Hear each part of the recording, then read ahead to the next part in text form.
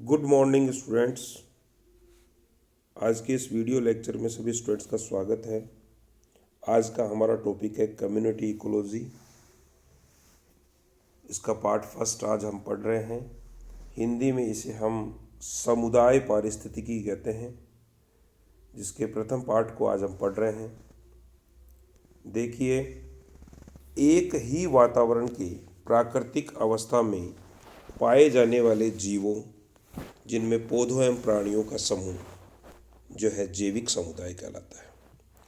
एक जैविक समुदाय में जीव सहनशीलता अर्थात सहिष्णुता दर्शाते हुए व अन्योन्याश्रित रूप से जीवन जीते हुए ऊर्जा का उपयोग करके उसे जो है स्थायित्व प्रदान करते हैं।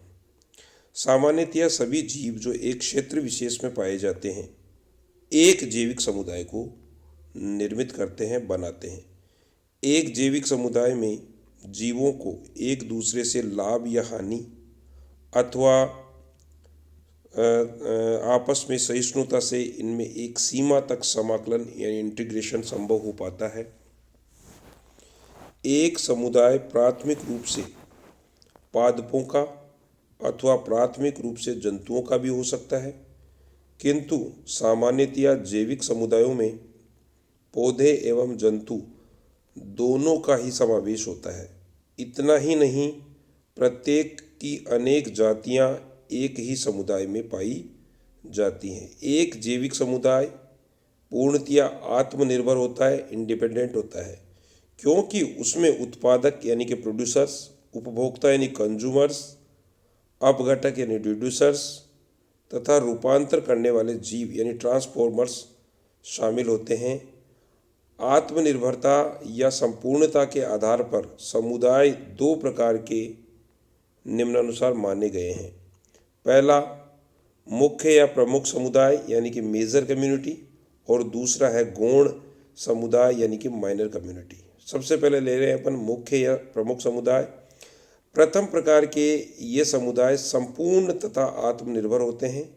ये किसी पड़ोस के समुदाय पर किसी भी प्रकार की निर्भरता को प्रदर्शित नहीं करते हैं। दूसरा गौण समुदाय यानी कि माइनर कम्युनिटी। द्वितीय प्रकार के ये समुदाय संपूर्ण तथा आत्मनिर्भर नहीं होते हैं तथा यह पड़ोस में उपस्थित समुदायों पर किसी न किसी रूप से आश्रित होते हैं। उपरोक्त रूप से इन दोनों प्रकार के दृष्टिकोणों से किसी समुदाय विशेष का अध्ययन हम निम्नांकित रूप से दो प्रकार से कर सकते हैं। पहला, समुदाय में पाए जाने वाले वनस्पति वर्ग एवं जंतु वर्ग के जीवों के आधार पर, और दूसरा है समुदाय द्वारा निश्चित एवं निर्धारित सीमा में उपस्थित आवास यानी कि हैबिटेट के आधार पर। पहला, उपरोक्त प्रकारों के अंतर से समुदायों का वर्गीकरण किया जाता है। हर एक समुदाय में विशेष प्रकार के जीव अर्थात पादप जात यानी फ्लोरा एवं प्राणी जात फोना पाए जाते हैं। इससे समुदाय विशेष की प्रजातीय प्रतिस्पर्धा स्पीसीज कंपटीशन भी विशिष्ट प्रकार की होती है। इस विशिष्ट प्रतिस्पर्धा यानी कि इस स्पेसिफिक कंपटीशन के कारण आसपास के समुदायों को हम अलग भी कर सकते हैं। प्रत्येक समुदाय में एक प्रजाति प्रभावी होती है। इसी प्रभावी प्रजाति के आधार पर समुदाय विशेष को अलग किया जा सकता है। समुदायों को वर्गीकृत कर समूह नहीं बनाए जा सकते, कारण कि प्रत्येक वातावरण में एक या अनेक जातियां पाई जाती हैं। ऐसे समुदाय जिनमें जीव प्रजातियों की संख्या कम होती है उन्हें आवश्यक ही वर्गीकृत कर सकते हैं। उदाहरणार्थ, मध्य क्षेत्रों में जहां इस प्रकार का वर्गीकरण संभव है, वहीं उष्णकटिबंधीय क्षेत्रों में ऐसा नहीं किया जा सकता।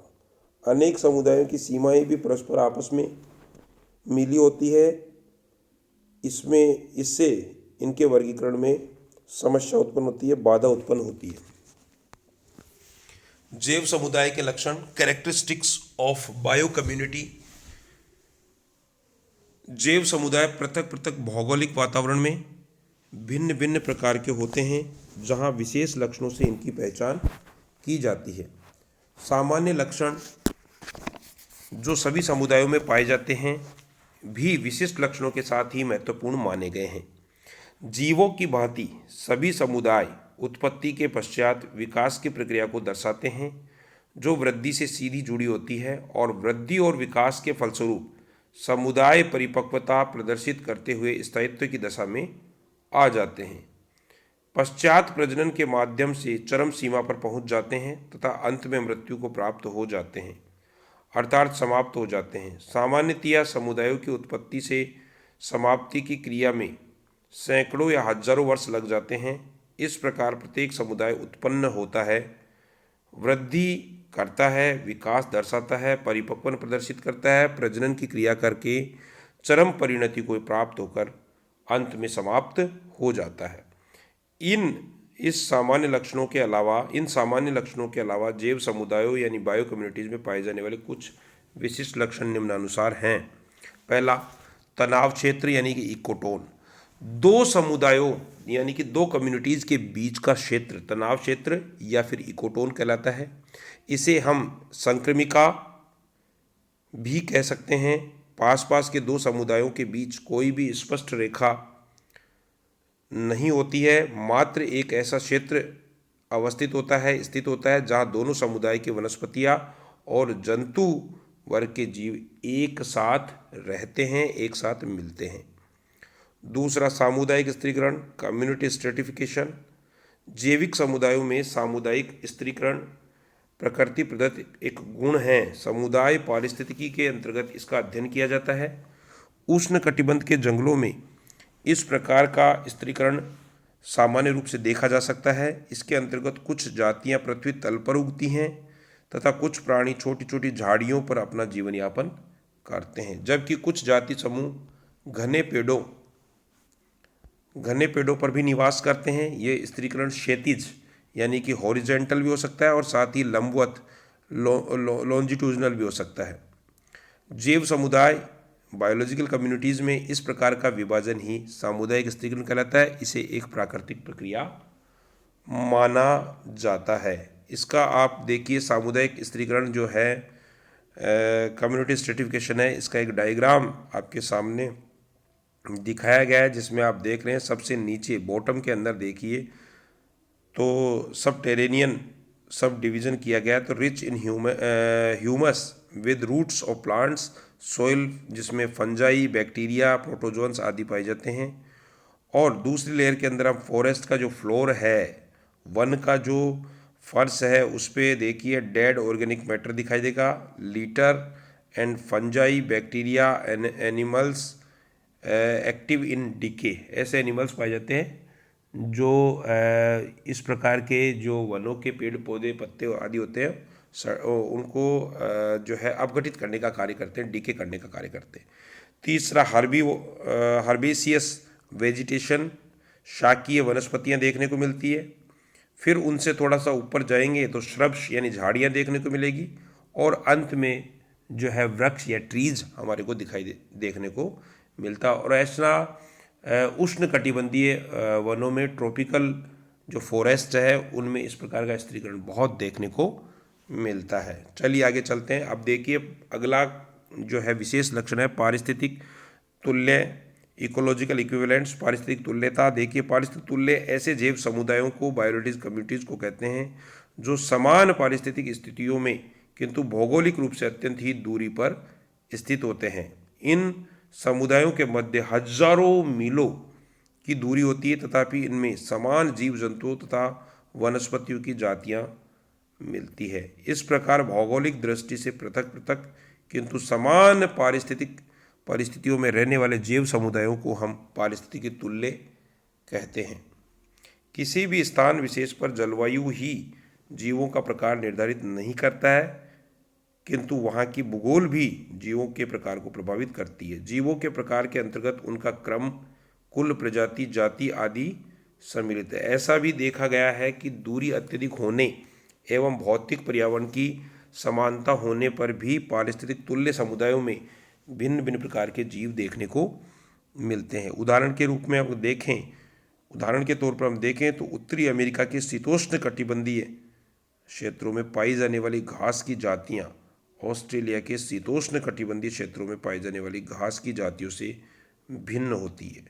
दोनों ही क्षेत्र अर्ध शुष्क वन श्रेणी के होते हैं, किंतु दोनों जगह अलग अलग जाति की घास मिलती है। यहाँ देखने योग्य यह है कि दोनों समुदायों में उत्पादक यानी प्रोड्यूसर्स की भूमिका ये घासीय पादप ही निभाते हैं। दोनों ही दूर स्थित समुदायों में शाकाहारी उपभोक्ताओं पर अगर दृष्टिपात किया जावे तो हमें ये ज्ञात होगा कि घास चढ़ने वाले जंतु अमेरिका में तो जंगली भैंसें हैं, जबकि ऑस्ट्रेलिया में इस स्तर पर कंगारूज देखने को मिलते हैं। इनमें भिन्नता होते हुए भी पारिस्थितिक तंत्रों में इनका स्तर प्रकृति का वास तथा प्रकार्य यानी कार्य करने में समानता लिए हुए हैं, इसलिए इनको पारिस्थितिक समतुल्य जातीय माना जाता है। प्रसिद्ध पारिस्थितिकविद ईपी ओडम ने पारिस्थितिक तंत्रों में जीवों की प्रकार्यता को क्रियाशील निकेत यानी फंक्शनल निके की संज्ञा दी थी।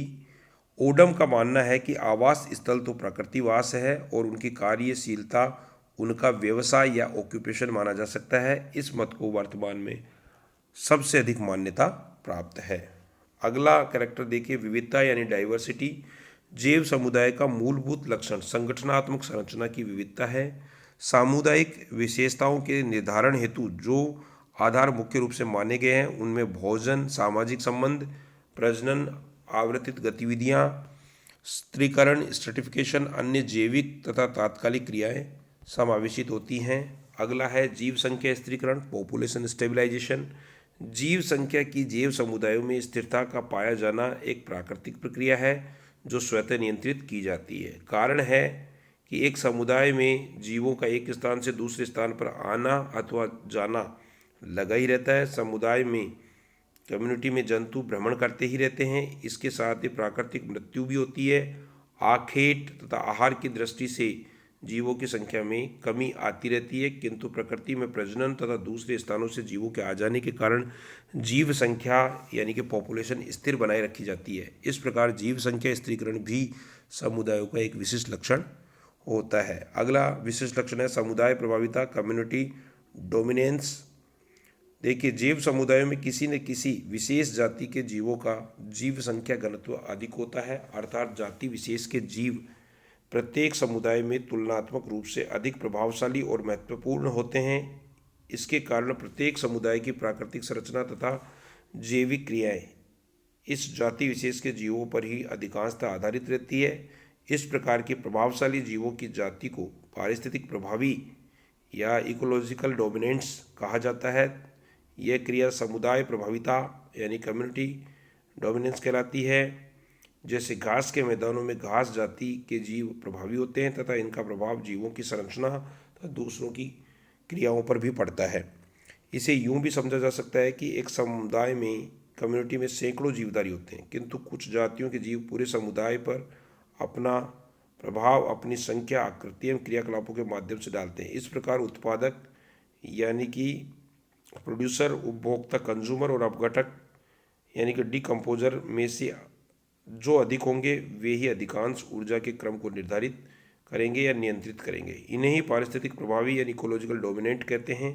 प्रभावी यानी डोमिनेंट जीवों को यदि किसी समुदाय से बाहर कर दिया जावे तो उस समुदाय में अत्यधिक परिवर्तन दृष्टिगोचर होंगे, जबकि अप्रभावी जीवों को समुदाय से बाहर कर दिए जाने पर समुदाय में कुछ विशेष अंतर नहीं आता है। जैसे किसी वन क्षेत्र में अगर हम बात करें तो पेड़ या वृक्ष ट्रीज सबसे अधिक प्रभावी प्रजाति होती है। कारण ये कि भोजन का निर्माण तो ये करते ही हैं, साथ ही अनेकों प्राणियों को भी ये शरण देते हैं, उनका हैबिटेट होता है। ये समुदाय में रहकर वहाँ के भौतिक कारकों को भी अत्यधिक प्रभावित करते हैं।